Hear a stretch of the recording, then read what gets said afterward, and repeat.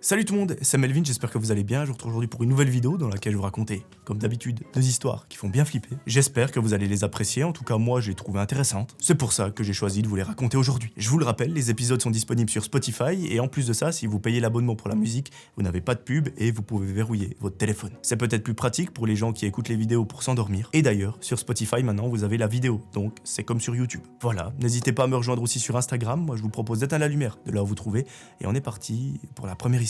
Cette histoire, mes amis, c'est celle de Jade. Jade a 24 ans et ça fait un petit peu plus d'un an qu'elle travaille dans un domaine qu'elle n'avait pas forcément imaginé il y a quelques années. En fait, elle est entrée dans la vie active sans trop réfléchir parce qu'elle en avait vraiment besoin financièrement. Parce que elle, son but c'était d'être indépendante, de pouvoir vivre sa propre vie sans dépendre de quelqu'un. Et du coup, elle se retrouvait à enchaîner plusieurs boulots en attendant les prochaines vacances. Et ça, mes amis, ça me pousse à vous donner un détail, c'est que Jade, elle adore les voyages. En fait, c'est simple, c'est littéralement sa passion. Dès qu'elle le peut en temps et en argent, elle prend son billet et elle se barre très loin. Jade, c'est quelqu'un qui a toujours été très entourée. Elle aime être avec ses amis, elle aime partager des moments avec eux, sortir, voyager, rigoler. Et d'ailleurs, un soir, lorsque leur groupe est réuni et qu'ils parlent de leur prochain voyage, l'idée de partir tous ensemble pour se retrouver vient presque naturellement. Évidemment, tout le monde est super excité à l'idée de pouvoir voyager tous ensemble pour la première fois. Et ça, d'ailleurs, mes amis, c'est quelque chose que j'ai fait pour la première fois également cette année, enfin plutôt l'année passée en 2025. Je suis parti avec mes potes au sud de la France, c'était juste incroyable. Et d'ailleurs, on a même croisé certains abonnés, je pense notamment à Laurent. Et mes amis, quelque chose de très important, Laurent, c'est la première personne et d'ailleurs la seule personne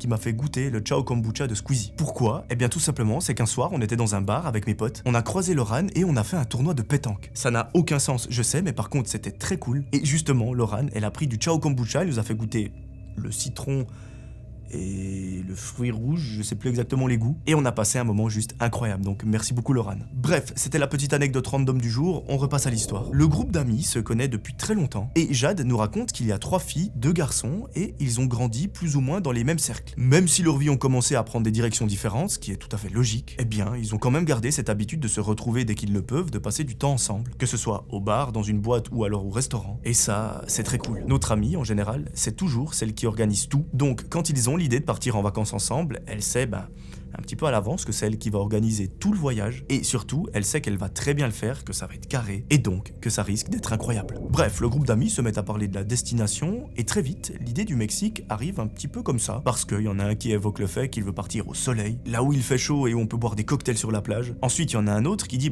moi j'ai vraiment envie d'aller faire la fête. Et très vite, cette destination, alors vous me direz il y en a des millions, mais ça devient un petit peu une évidence. Ce qu'ils font, c'est qu'ils commencent à regarder les billets, les hôtels, les différents quartiers, et surtout les choses à faire sur place, parce que l'idée c'est quand même pas de s'ennuyer. Et plus ils avancent dans leurs recherches, plus il y a cette sorte d'adrénaline qui monte. Jade nous dit tout simplement qu'elle se projette déjà dans le voyage. Elle imagine les journées à se balader, les soirées à sortir, et surtout, tous les souvenirs qu'ils vont créer et surtout ramener chez eux. Et elle nous fait une petite confession, c'est que ce voyage, au-delà de s'amuser avec ses potes, eh bien, elle en a extrêmement besoin parce que ça va marquer une vraie pause après des mois à faire toujours la même chose. Donc, travail, travail, travail et encore travail. Tout le monde est plus ou moins d'accord et surtout très chaud à partir, donc il réserve un petit peu sur un coup de tête. Et une fois que c'est fait, il n'y a plus qu'à attendre le grand départ. Les jours suivants, tout se passe à merveille. Jade continue sa petite vie. Et arrive le jour J. Ils se retrouvent, ils vont tous ensemble à l'aéroport, ils trouvent la porte d'embarquement, etc. Ils prennent l'avion et le vol se passe plutôt bien. Malheureusement, lorsqu'ils ont réservé, l'avion était déjà bien plein, donc ils n'ont pas pu être à côté. Et surtout, c'est des frais en plus, donc eux, ça les embêtait. Mais bon, pour un vol où on passe les 3/4 du temps à dormir,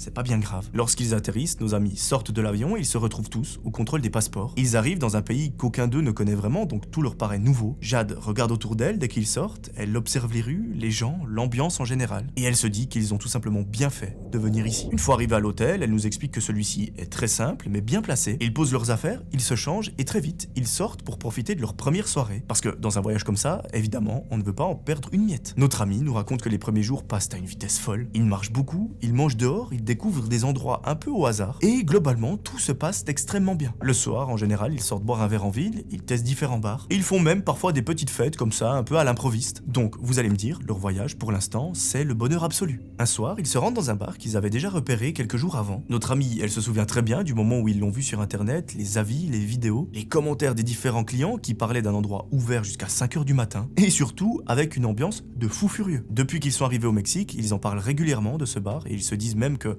un soir, ils doivent y aller, et idéalement, faudrait que ça tombe un jour où le lendemain, on doit pas se lever à 6h du mat. Tout le groupe de potes arrive devant le bar assez tard, ça bouge dans tous les sens, et dès qu'ils passent la porte, ils sont vraiment mis dans l'ambiance. La musique est extrêmement forte, il y a des lumières de partout, les gens dansent, tout le monde a l'air de passer un excellent moment, et Jade, elle le sait, cette soirée, elle va être incroyable. Il commande le premier verre, il se place un petit peu sur le côté, puis très vite, il se retrouve au milieu de la piste de danse. Ils rigolent tellement il y a de bruit, ils hurlent pour se comprendre, et pour être honnête, l'alcool commence un petit peu à leur monter au crâne. Ils se sentent pas mal, juste très joyeux, ils kiffent le moment, et à un moment, le propriétaire du bar vient leur parler parce qu'il les a observés de loin. L'homme est extrêmement souriant, très à l'aise, il leur demande d'où ils viennent, et même ce qu'ils font au Mexique, et combien de temps est-ce qu'ils comptent rester. Là, le groupe d'amis répond aux questions, il plaisante même un peu avec, et Jade nous raconte que le patron les met très vite à l'aise. Il a l'air sincèrement content de les accueillir dans son bar, d'avoir des étrangers qui viennent de l'autre bout de la planète. Donc Jade, elle se sent en confiance et elle discute un petit peu avec lui. Ça dure quelques minutes et à la fin de la conversation, l'homme leur souhaite une très belle soirée et il repart pour s'occuper du bar. Là, le temps passe extrêmement vite, le groupe d'amis ne s'en rend même pas compte. Ils reprennent des verres, ils dansent, la musique reste extrêmement forte et l'ambiance ne retombe pas une seule seconde. Quelques heures plus tard, Jade sent la fatigue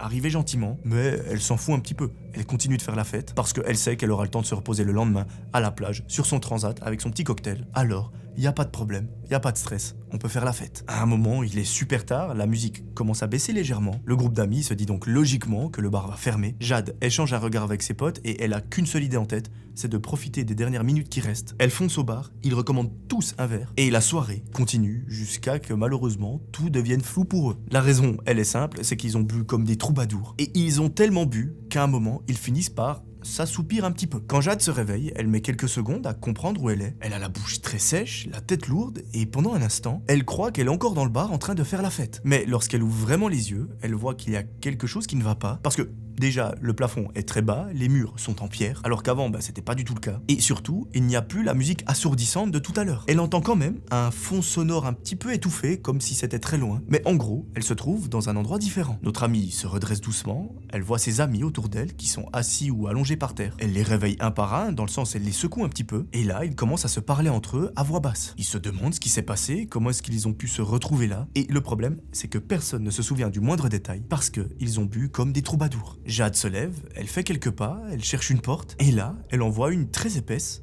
mais surtout, complètement fermée. Elle tape dessus une première fois, puis une deuxième, puis une troisième, mais rien ne se passe. Alors, elle commence à appeler à l'aide, et heureusement, au bout de quelques minutes, la porte s'ouvre. Elle distingue une silhouette, mais très vite, la tension redescend d'un coup, parce qu'elle voit que la silhouette, c'est celle du propriétaire du bar. Il a exactement le même sourire que plus tôt, la même voix calme, et là, il leur demande si tout va bien. Jade lui demande où ils sont, pourquoi est-ce qu'ils sont là, et l'homme leur explique tranquillement que la partie du bar du haut a fermé, et que la cave est réservée à ceux qui veulent continuer la fête dans un endroit un petit peu plus intime, et surtout un petit peu plus calme, et il explique même que c'est Jade et son groupe de potes qui ont demandé à venir ici avant que le bar d'en haut ne ferme. Donc pour lui, ça paraît complètement normal. En plus, il leur dit ça d'un ton très rassurant, comme si c'était un privilège. Là, lorsqu'ils entendent ça, Jade et ses potes se regardent, parce que oui, ils ont beaucoup bu, mais de là à oublier ce qui s'est passé il y a à peine une heure, je veux dire sur 5-6 personnes, il y a quand même quelqu'un qui devrait s'en souvenir au moins un minimum. Sauf que là, c'est catégorique, dans le groupe de potes, il n'y a pas une personne qui se souvient avoir eu une conversation avec le propriétaire du bar et encore moins pour venir dans une cave. Mais bon, à ce moment, Jade nous raconte qu'il y a quelque chose qui la met beaucoup en confiance, c'est que cette personne ne ose pas la voir, elle a pas l'air méchante. Et surtout, elle se dit qu'ils sont encore un petit peu sur une autre planète à cause de l'alcool. Et le propriétaire les traite vraiment comme si c'était des clients très importants. Et tout à coup, il leur dit, écoutez, remettez-vous bien, mettez-vous assis à quelque part, installez-vous. Je vais vous apporter une carte avec des boissons sans alcool, comme ça vous pourrez un petit peu décuver. Puis, il referme la porte derrière lui. Jade et ses amis restent debout quelques secondes sans trop savoir quoi faire. Puis, à un moment, quelqu'un finit par s'asseoir pour rester et continuer la soirée. Au bout de quelques minutes, une serveuse descend et elle leur donne une carte. Jade la prend en lui disant merci, elle commence à regarder. Et c'est là qu'elle remarque un détail qui ne lui échappe pas. Elle fronce les sourcils, elle relit la carte plusieurs fois, elle vérifie qu'elle n'est pas trop bourrée et qu'elle n'a pas trop d'hallucinations, et elle se rend compte qu'en fait il y a des boissons avec alcool et aussi sans alcool, mais que surtout, le prix est environ 4 fois plus cher de ce qu'il y avait avant. Elle montre la carte à ses potes, tout le monde évidemment se dit que c'est bizarre, et sur le moment ils se disent étant donné qu'on est dans un cadre un petit peu plus intime, c'est peut-être normal. Peut-être que c'est chez le propriétaire, donc dans un espace privé, et que les prix ils sont plus hauts pour payer des taxes ou je ne sais quoi. Et donc, ça leur paraît pas si déconnant que ça. Étant donné que nos amis ont encore un petit peu soif, ils prennent un seul verre, histoire de finir tranquillement la soirée. La serveuse prend la commande, quelques minutes plus tard, les boissons arrivent, et Jade nous raconte qu'ils sont à 2 doigts de s'ennuyer parce que la musique c'est bien, mais quand il y a plus d'ambiance et quand on vient de se réveiller d'une sorte de coma, c'est... Enfin, je veux dire, s'amuser, c'est pas forcément la priorité. Donc, le groupe d'amis se dit gentiment que, voilà, ils vont finir leur boisson, rentrer à la maison, passer une bonne nuit et continuer leurs vacances comme si de rien n'était. Quand ils ont presque fini leur verre, le propriétaire descend pour voir si tout va bien et il leur demande, écoutez, est-ce que vous voulez reboire quelque chose? Jade lui dit calmement qu'ils ne reprendront pas de verre, qu'ils veulent simplement remonter, rentrer chez eux. Et là, le propriétaire va avoir une réaction pour le moins particulière. Il regarde Jade, il lui sourit comme il lui souriait avant et il lui dit une phrase qui va la marquer. Il lui dit: non mais, je crois que t'as pas compris, ça ne va pas se passer comme ça. Avant même qu'elle ait le temps de répondre pour lui demander ce qu'il veut dire par là, l'homme referme la porte et on entend très clairement un bruit de clé qui tourne dans la serrure. Le groupe réagit d'un coup, ils se lèvent tous, ils se précipitent vers la porte, ils frappent, ils crient de toute leur force, Jade tape avec ses poings, elle hurle, elle appelle à l'aide, mais il y a un détail qu'elle entend à ce moment-là qui lui glace le sang, c'est que à l'étage d'au-dessus, elle entend la musique qui est extrêmement forte, et donc forcément, personne ne peut les entendre. Tout à coup, de l'autre côté de la porte, la voix du propriétaire revient, il est calme, presque agacé, et il leur dit qu'un ami à lui viendra les chercher le lendemain matin, et qu'en attendant, il devrait tout simplement se détendre et profiter un petit peu. À ce moment-là, Jade comprend tout de suite que cette cave n'a jamais été un endroit pour faire la fête, et que s'ils restent ici, personne ne saura jamais où ils ont pu disparaître. Elle voit la panique sur leur visage, et elle sait très bien qu'ils doivent sortir de là par eux-mêmes et qu'ils ne doivent pas compter sur le fameux pote du propriétaire, parce que celui-ci ne viendra probablement jamais. La première idée, c'est d'essayer de défoncer la porte, mais malheureusement, c'est un petit peu compliqué. Tout le monde prend de l'élan, ils essayent de tous mettre leur meilleur coup de pied dans la porte, mais malheureusement, ça ne fait rien. À un moment, ils essayent carrément de crocheter la serrure, mais ils n'ont pas le matériel pour. Et au bout de quelques tentatives, ils comprennent très vite que, essayer de défoncer la porte, c'est pas forcément la solution la plus optimale. Ils se mettent donc à fouiller la pièce de fond en comble pour voir s'il n'y a pas un truc qui pourrait les aider. Et tout à coup, il y a un mec du membre du groupe qui est vers un meuble. Il a le réflexe, ne me demandez pas pourquoi, mais il a ce réflexe de le tirer. Et là, il découvre un petit carré, comme si c'était une trappe. Lorsqu'il avertit les autres, Jade ne réfléchit pas, elle court en sa direction. Tout le monde la suit, et là, ils essayent d'ouvrir cette trappe. Au début, rien ne bouge, la trappe grince un tout petit peu, et pendant quelques secondes, Jade a vraiment l'impression que ça ne sert à rien. C'est probablement une fausse issue ou quelque chose qui a été condamné ou même soudé, mais tout à coup, et ça me fait rire parce que j'imagine la scène, elle entend une espèce de fusée qui vient derrière, et en fait, c'est un des membres du groupe qui tape son plus beau sprint depuis l'autre bout de la pièce, et qui met un coup de pied comme Jackie Chan n'en aurait jamais mis dans cette trappe, et là, elle s'en trouve de quelques centimètres. À ce moment-là, tout le monde se précipite, ils mettent leurs mains dans l'ouverture, ils tirent tous ensemble, ils unissent leurs forces, et la trappe finit par céder complètement. Bon, malheureusement, derrière, il n'y a pas ce qu'ils espéraient, donc c'est-à-dire une sortie vers l'extérieur, mais ça ressemble à une sorte de réserve assez étroite et très sombre, avec des étagères en métal partout, des cartons à foison, et surtout une odeur qui sent la merde. C'est une odeur de renfermé, et ils sont à deux doigts de vomir tellement ça pue. Bon, là ils n'ont pas vraiment le choix, ils avancent dans cette pièce. Jade passe devant, elle avance assez vite, elle regarde partout, elle cherche une autre porte, et au fond de la réserve, elle distingue un couloir encore plus sombre et plus étroit. Elle hésite une seconde, elle s'y engage, les autres la suivent, et dans ce couloir, Jade elle sent que l'alcool est encore en train de faire un petit peu d'effet, donc elle zigzague un peu, mais là, elle n'a pas le choix, c'est sa vie qui en dépend, donc elle continue. La personne qui est tout derrière le groupe, elle a peur d'une chose, c'est qu'une personne surgisse derrière eux, qu'il la kidnappe et que ce soit terminé pour lui. Donc, ils accélèrent encore,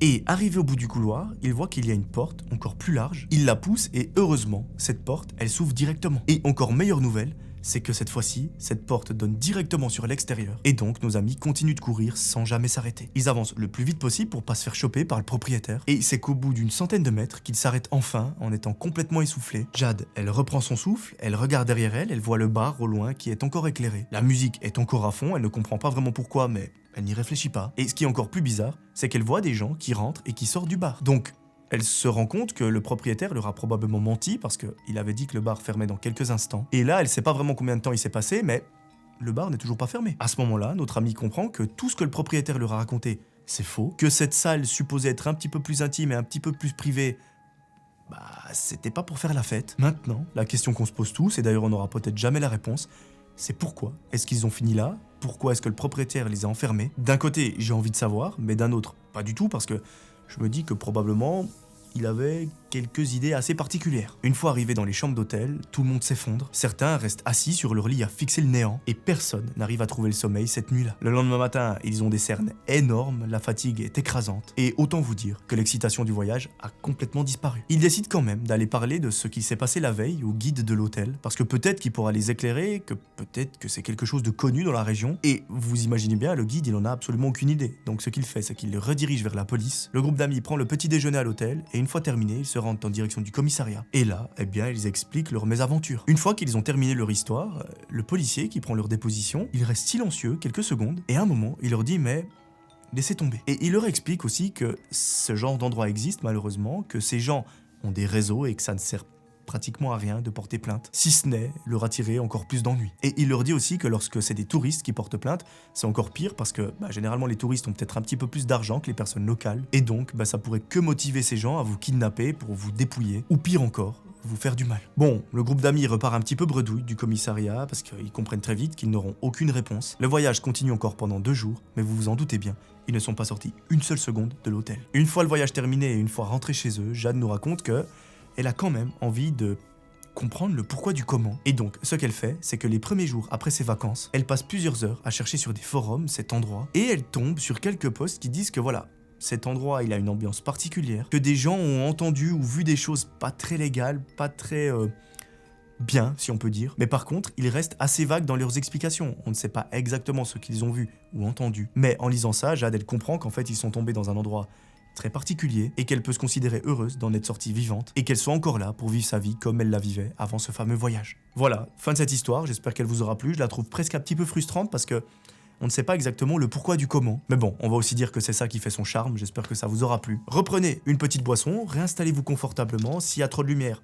vous l'éteignez un petit peu. Et moi, je vous propose de vous raconter la deuxième histoire du jour. Cette deuxième histoire, c'est celle de Cameron. Cameron a 18 ans, il est dans une école spécialisée en informatique et en robotique. C'est un domaine qu'il apprécie énormément et ça se voit tout de suite parce qu'il passe son temps à coder, à démonter des pièces d'objets, de robots et même à réfléchir à des projets même quand les cours sont finis. Ça, généralement, c'est les signes que quelqu'un est extrêmement passionné par sa matière parce que lorsqu'on termine les cours et qu'on n'aime pas ce qu'on fait, on arrête d'y penser, mais Cameron, lui, c'est tout l'inverse. À la pause de midi, lorsqu'il est avec ses potes, il parle souvent de ce qu'il a fait la veille, que ce soit un programme qui ne marchait pas ou un robot qu'il a réparé. Et bon, les autres l'écoutent plus ou moins, ça dépend les jours, mais lui, il s'en fout parce qu'il est vraiment dans son truc, c'est quelque chose qui le passionne. Et quand notre ami Cameron parle de quelque chose qui le passionne, que vous l'écoutiez ou pas, il s'en bat les steaks. Avant que son histoire se passe, Cameron a une vie plutôt tranquille. Il se lève tous les matins à la même heure, il prend son petit déjeuner en vitesse. Il part en cours avec son sac qui pèse 3 tonnes parce qu'il a énormément de matériel dedans. Et voilà, il fait sa journée à l'école, tranquille. Le soir, après les cours, il ne va pas faire la fête, il préfère rentrer chez lui pour travailler sur des projets. Et ça, c'est tout simplement ce qui le fait vraiment kiffer. Ses parents, eux, ils trouvent parfois qu'il s'isole un petit peu trop, mais lui, il est bien comme ça. Il se sent à l'aise dans son quotidien et même dans sa vie en général. Et il nous explique qu'en gros, sa chambre, c'est l'endroit où il passe le plus de temps. Il y travaille, il y dort, il y réfléchit, il y traîne le soir jusqu'à très tard. Enfin bref, vous l'aurez compris, c'est sa petite bulle à lui. À l'école, dans sa classe, il remarque assez vite qu'il y a une fille qui le regarde assez souvent. C'est pas un regard fixe en mode je t'observe, c'est plutôt des petits regards par-ci par-là. Un petit peu comme un eyes contact, mais c'est vraiment très discret, très léger. Et en gros, chaque fois qu'elle est en train de le regarder et que lui se retourne pour la regarder à son tour, eh bien la fille détourne le regard en mode non, t'inquiète, je te regardais pas. Et bon, notre ami Cameron, à un moment, il s'en rend compte parce que ça paraît quand même plus ou moins évident. Et il y a un petit détail, c'est que Cameron, il la trouve extrêmement jolie, cette fille. Donc au final, lui, qu'elle le regarde, c'est pas que ça l'arrange, mais ça lui fait un petit peu plaisir. Donc c'est limite s'il veut pas simplement qu'elle le regarde de temps en temps, mais qu'elle le fixe vraiment. Le problème, c'est qu'actuellement, on est au début de l'année, ces deux personnes ne se connaissent pas, donc peut-être que la fille est timide et qu'elle n'ose pas forcément aller vers Cameron. Le truc, c'est que Cameron, lui aussi, il est extrêmement timide. Bref, il se passe rien pendant un moment où ils suivent les cours comme si de rien n'était. Ils bossent chacun de leur côté, ils font leur vie. Et Cameron, il essaye de se canaliser, de pas se faire de film dans sa tête, et il se contente simplement de l'observer de temps en temps, de la regarder, etc. Bon, là Cameron, il est dans la merde, il est dans la pire situation parce qu'il y a une fille qui lui plaît, mais il ose pas l'approcher, et visiblement ça a l'air d'être aussi le cas pour la fille. Mais, mes amis, tout va se débloquer un jour, après un cours de robotique. Cette fille prend son courage à deux mains et elle va voir notre ami Cameron. Au début, elle a l'air toute stressée, vraiment, elle est toute timide. Et on voit aussi qu'elle a l'air d'être fière. Eh bien, dans ses mains, elle tient quelque chose. Et ce quelque chose, mes amis, ça me met les larmes aux yeux tellement c'est mignon.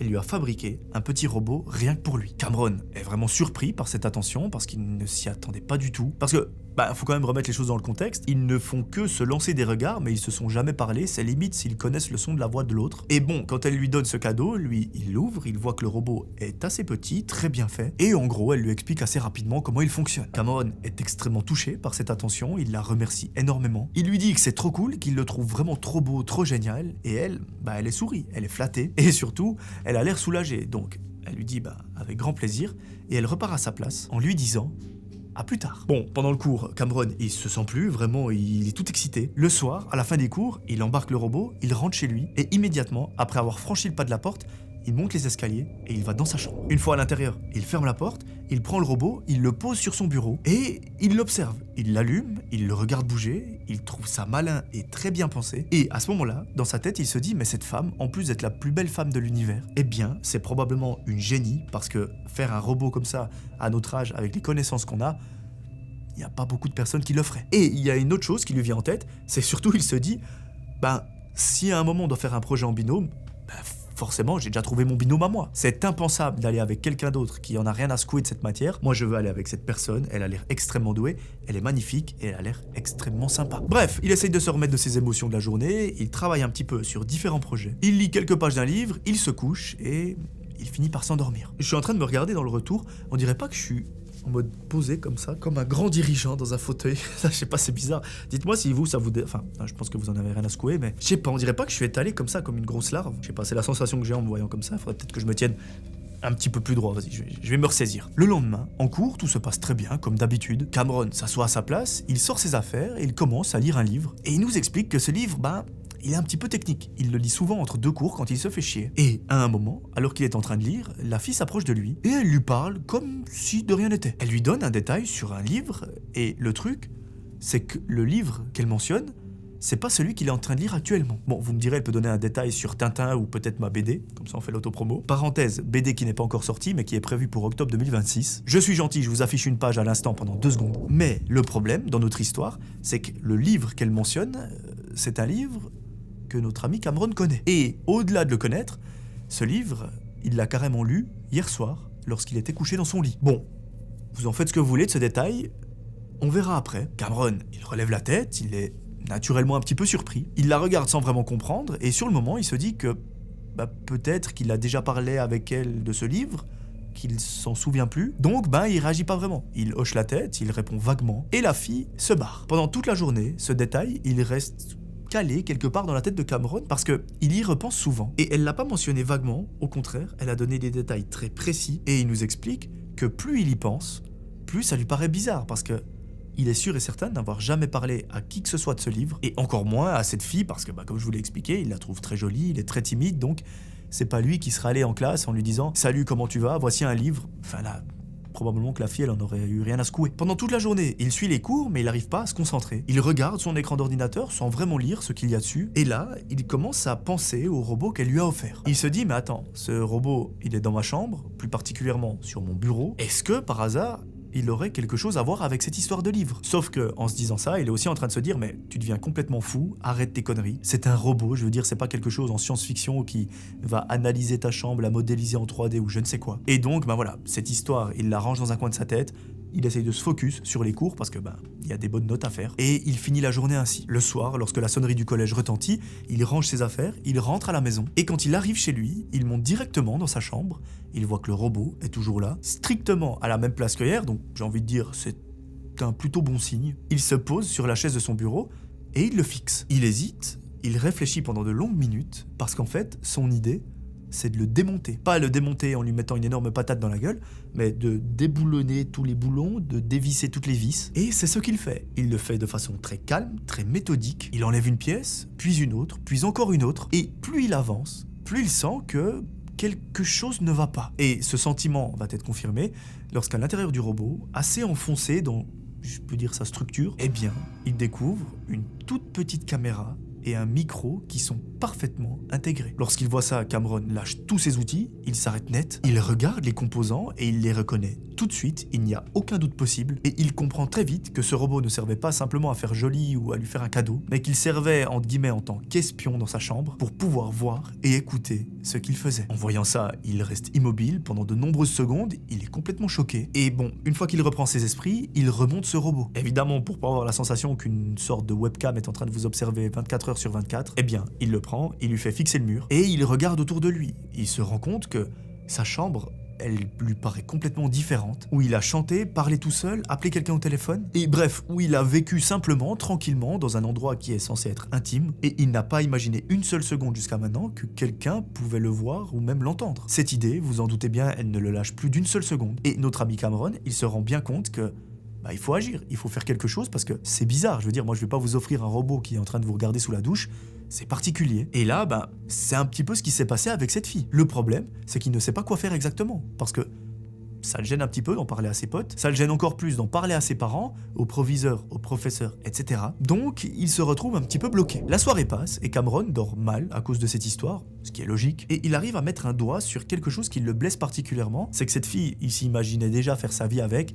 Spoil, c'est une erreur, mais voilà, parce que vous me direz qu'il la connaissait depuis 24 heures seulement, c'est peut-être un petit peu rapide. Mais lui, ce qui le blesse particulièrement, c'est le fait de se sentir trahi par cette fille qu'il pensait être la future femme de sa vie. Bon, il cogite comme mon ami le cogiteur, n'hésitez pas à aller voir sa chaîne YouTube de True Crime, c'était une petite pub déguisée, j'en suis désolé. Il cogite pendant toute la nuit, il arrive à peine à dormir, et le lendemain matin, il se réveille avec une décision très précise en tête, il remet ce vieux robot dans son sac, et il part en cours avec. Quand il arrive au cours de robotique, il pose le robot sur le bureau de sa prof. Tout le monde, y compris sa prof, se demande ce qu'il se passe, et elle lui demande: qu'est-ce que tu fous? Là, notre ami Cameron prend la parole devant tout le monde, et ce qui se passe, c'est assez lunaire, il sort une putain de boîte à outils de son sac, et il commence à démonter le robot pièce par pièce comme il l'a fait chez lui. Plus il démonte, plus il explique ce qu'il trouve à l'intérieur, jusqu'au moment où il montre à toute la classe, y compris la professeure, la caméra et le micro qui sont intégrés dans le robot. Il explique ensuite que ce robot a été gracieusement offert par une fille, et que cette fille,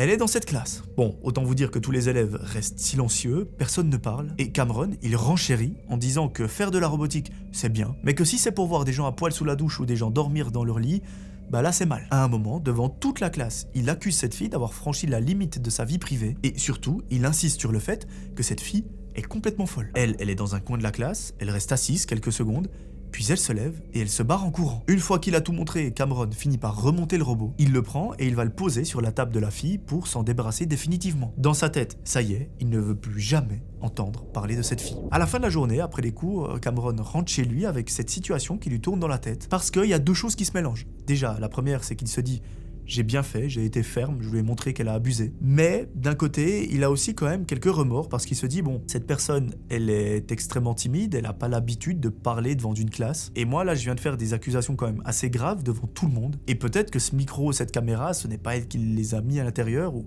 je ne sais quoi. Donc en gros, il se dit que peut-être il a abusé. Il nous explique que cette fille, elle n'est malheureusement pas revenue en cours de toute la journée. Probablement qu'elle se sentait un petit peu gênée. Mais bon, lui, il s'en fout, c'est pas son problème. Lui, il a été observé dans son intimité, donc voilà. Une fois à la maison, il pose ses affaires, il prend un petit truc à manger. Et après, il se rend chez un ami pour faire passer la pilule. Et surtout, pour avoir quelqu'un à qui en parler, parce que c'est pas bon de garder les choses pour soi. Il sait qu'il a ses parents avec qui il pourrait avoir une discussion à ce propos, mais voilà, il s'inquiéterait probablement beaucoup trop. Déjà qu'à la base, ses parents voulaient pas forcément qu'il fasse cette école. Vous imaginez bien, s'il vient lui dire que voilà, il y a une fille qui lui a offert un robot espion, c'est pas forcément la meilleure des choses à faire. Bref, il mange rapidement ce petit truc et ensuite il va chez son ami. Pendant ce temps-là, chez lui, c'est relativement calme, ses parents viennent de rentrer, il dîne tranquillement et tout se passe bien. À ce moment-là, ça fait à peu près 45 minutes que notre ami Cameron est parti de chez lui, lorsque tout à coup, quelqu'un sonne à la porte. Les parents sont encore en train de dîner, ils se lèvent, ils vont ouvrir, et à l'extérieur, ils voient quelqu'un. Cette personne, ils ne la connaissent pas du tout. Par contre, dans la maison, il y en a un qui la connaît très bien, c'est la fille qui se trouve dans la classe de Cameron, donc celle qui lui a offert le robot. Bon, ses parents la saluent, ils lui disent bonjour, ou plutôt bonsoir, qu'est-ce qu'on peut faire pour toi? La fille a l'air très gênée, elle sourit un peu nerveusement, et elle demande si Cameron est là. Les parents lui répondent que non, qu'il est parti chez un ami et qu'il n'est pas encore rentré. Et là, la jeune fille soupire. Elle explique qu'elle devait faire un exposé avec lui, qu'en gros, ils ont un travail très important à rendre et qu'il a un cahier avec toutes leurs notes. Et ce cahier, elle en a vraiment besoin pour avancer sur ce projet. Elle dit qu'elle est un peu dans la panique parce qu'elle en a besoin pour le lendemain. Elle parle calmement mais en étant toute stressée parce que visiblement, ce projet, c'est très important. Et là, elle dit aux parents, écoutez, c'est pas grave, on aura malheureusement une mauvaise note, mais voilà, on arrivera à se rattraper. À ce moment-là, les parents hésitent quelques secondes, puis ils finissent par la faire entrer, et ils discutent pendant quelques minutes avec. Donc là, il y a les parents de Cameron et la fille qui sont en train de discuter, et le père, ce qu'il fait, c'est qu'il retourne à table pour continuer le repas. Tout à coup, il y a le téléphone de la maman qui se met à sonner. Du coup, elle va le chercher, et avant d'aller le chercher, elle dit à la fille, écoute, tu peux monter dans la chambre de Cameron, elle est juste à l'étage. Regarde dans son sac, je te laisse faire, probablement que tu sais mieux où sont ses affaires que moi. Moi, je te laisse parce que je dois aller répondre au téléphone. Là, la fille semble soulagée, elle monte les escaliers, et elle se rend dans la chambre de son soi-disant ami Cameron. Quand elle arrive dans celle-ci, elle reste debout,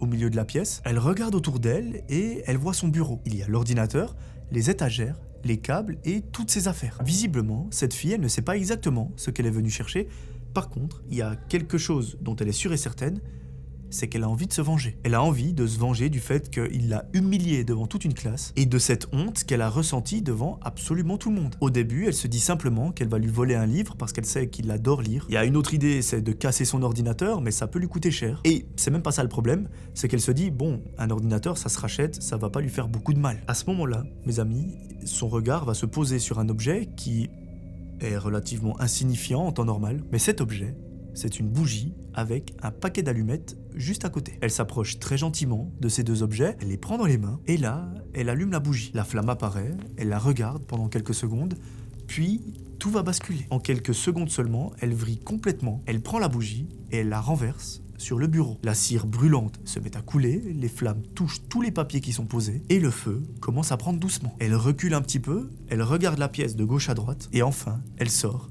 Et elle ferme la porte. La jeune fille redescend les escaliers comme si de rien n'était, de façon très tranquille. La mère de Cameron en bas lui demande si elle a trouvé ce dont elle avait besoin. Elle leur dit que oui, elle a tout pris en photo pour pouvoir lire ses notes une fois arrivée à la maison. Et qu'elle est même désolée de les avoir dérangés en plein repas et que voilà, elle leur souhaite une bonne soirée. Et elle va partir. Elle sourit, elle ouvre la porte et elle quitte la maison. 5 à 10 minutes plus tard, les parents sont dans le salon. Et tout à coup, ils sentent une odeur étrange, particulière, on dirait une odeur de brûlé qui provient de l'étage. Donc, ils se regardent, ils se lèvent d'un coup et ils montent les escaliers en courant. Et quand ils arrivent à l'étage, ils voient de la fumée qui sort d'un endroit. Et cet endroit, c'est la chambre de notre ami Cameron. Lorsqu'ils l'ouvrent, ils voient les flammes qui sont partout. Ils se mettent à hurler et très vite, ils appellent les pompiers. Ils essayent d'éteindre le feu comme ils peuvent avec des feuilles en essayant de faire de l'air, mais malheureusement, ça a l'effet inverse. Ça nourrit le feu, ça fait que ça devient encore plus violent. Et heureusement, les pompiers arrivent extrêmement vite. Ils entrent dans la maison, ils maîtrisent l'incendie, ils sécurisent les lieux, mais autant vous dire que la chambre de Cameron, elle est ravagée. Les murs sont tout noirs, le bureau est complètement cramé et une très grande partie des affaires de Cameron sont complètement détruites. Bon, les pompiers posent des questions, ils demandent ce qui s'est passé réellement et les parents expliquent que Cameron a l'habitude d'allumer des bougies dans sa chambre, qu'il oublie parfois de les éteindre, mais que jusqu'à présent, quelque chose d'aussi grave n'est jamais arrivé. Forcément, tout le monde pense à une négligence de la part de Cameron et c'est plutôt logique. Une fois qu'ils ont parlé aux pompiers, la mère de Cameron l'appelle et lui explique ce qui s'est passé et surtout, elle lui dit de rentrer immédiatement à la maison et Cameron, au téléphone, il entend bien que le ton de ses parents,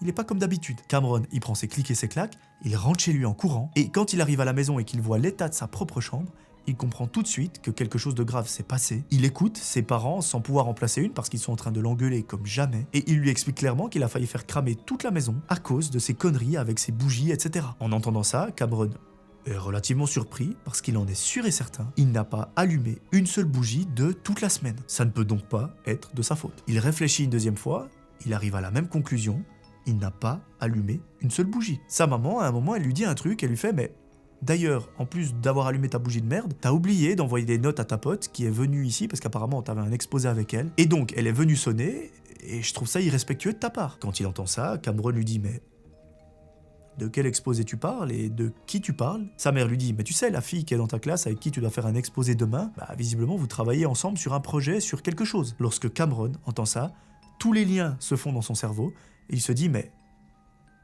cette fille est vraiment folle. » Il demande des détails à sa mère comme s'il voulait confirmer son hypothèse et la mère lui dit « Bah voilà, elle est venue sonner, moi je l'ai laissée aller en haut parce que j'avais un appel en même temps. » Et quand il entend ça, Cameron, il se dit « Mais je crois que cette personne, elle n'est pas simplement folle, c'est une véritable criminelle. » Il sait bien qu'il ne s'agit pas d'un accident de bougie, il sait que c'est elle qui a volontairement mis le feu à sa maison. Mais le problème, c'est qu'il comprend aussi vite qu'il n'y a pas de preuves. Il explique à ses parents que voilà, la fille a probablement menti, qu'ils ne font pas d'exposé ensemble, et donc qu'elle n'avait rien à faire ici. En entendant ça, les parents, au début, ils ne le croient pas trop, mais en voyant que leur fils est quand même sérieux, ils appellent la police. Quelques minutes plus tard, une patrouille arrive, ils prennent des notes, ils posent quelques questions, et malheureusement pour Cameron, tout concorde avec l'idée d'un accident domestique. Notre ami ne dit pas grand-chose parce qu'il sait que même s'il parle, ça n'aura que très peu de poids. Mais il explique quand même l'histoire du robot qu'il a reçu de la part de cette fille, qui d'ailleurs est dans sa classe. Mais à nouveau, vu que la dernière fois, lorsqu'il a humilié la fille devant la classe, il lui a redonné le robot sur sa table, donc il n'a pas de preuves pour la police. Les jours suivants, Cameron vit malheureusement encore dans une maison qui sent la fumée. Il regarde les dégâts, il repense à tout ce qu'il a vécu depuis quelques semaines seulement. Et en racontant l'histoire à ses parents, ceux-ci finissent par le croire. Ils savent très bien que ce n'est pas de sa faute, que c'est probablement cette fille qui a mis le feu volontairement à son bureau. Et le truc qui potentiellement confirme tout ça, c'est que cette fille, elle n'est jamais revenue en cours après cet incident. Peut-être qu'elle s'est sentie beaucoup trop coupable et que ses parents ont refusé de la renvoyer en cours. Et peut-être pire encore, peut-être que ses parents sont également des fous du bus et que Tout ça, c'était un plan. Où est-ce qu'elle est passée? Ça, malheureusement, on n'aura jamais la réponse. Après les faits, Cameron a continué d'aller en cours et évidemment, tout le monde a été mis au courant. Notre ami, il évite de trop en discuter parce que voilà, c'est quand même un sujet très sensible qui l'atteint beaucoup. Au fond de lui, il sait exactement ce qu'il s'est passé, mais voilà, il garde tout ça pour lui, il n'a pas envie d'en parler. Il a un souhait, c'est de pouvoir avancer dans sa vie. Voilà, c'est la fin de cette histoire, j'espère qu'elle vous aura plu. Moi, je l'ai trouvée très intéressante au niveau de la mécanique. C'est une trame d'histoire, entre guillemets, qu'on n'a pas encore eu sur la chaîne, donc quelqu'un qui d'abord instaure un robot chez vous, qui ensuite vient sonner quand vous n'êtes pas là, et les parents qui la font entrer, enfin, c'est une catastrophe cette histoire. Heureusement que les pompiers ont pu intervenir rapidement, qu'ils ont pu maîtriser l'incendie, parce que malheureusement, ce genre de choses, ça va extrêmement vite. L'essentiel dans cette histoire, c'est que Cameron et ses deux parents soient en pleine santé, qu'aujourd'hui ils soient heureux, et surtout qu'ils puissent vivre leur vie comme bon leur semble. Voilà, c'est la fin de ces deux histoires, et par conséquent de cette vidéo, j'espère que ça vous aura plu. Je vous le rappelle, les épisodes sont disponibles sur Spotify, n'hésitez pas à venir me rejoindre sur Instagram, c'est là-bas où je vous publie des choses de mon quotidien, si je peux dire. Je fais assez régulièrement aussi des lives dans lesquels je raconte pas des histoires, mais je raconte un petit peu ma vie, je vous explique des choses, on fait un petit peu de cuisine. Donc si ça vous intéresse, n'hésitez pas à me rejoindre, le lien est en commentaire et en description. Et moi, comme d'habitude, je vous promets de vous retrouver très rapidement pour un nouvel épisode. D'ici là, j'aimerais que vous preniez soin de vous. C'était Melvin, ciao tout le monde.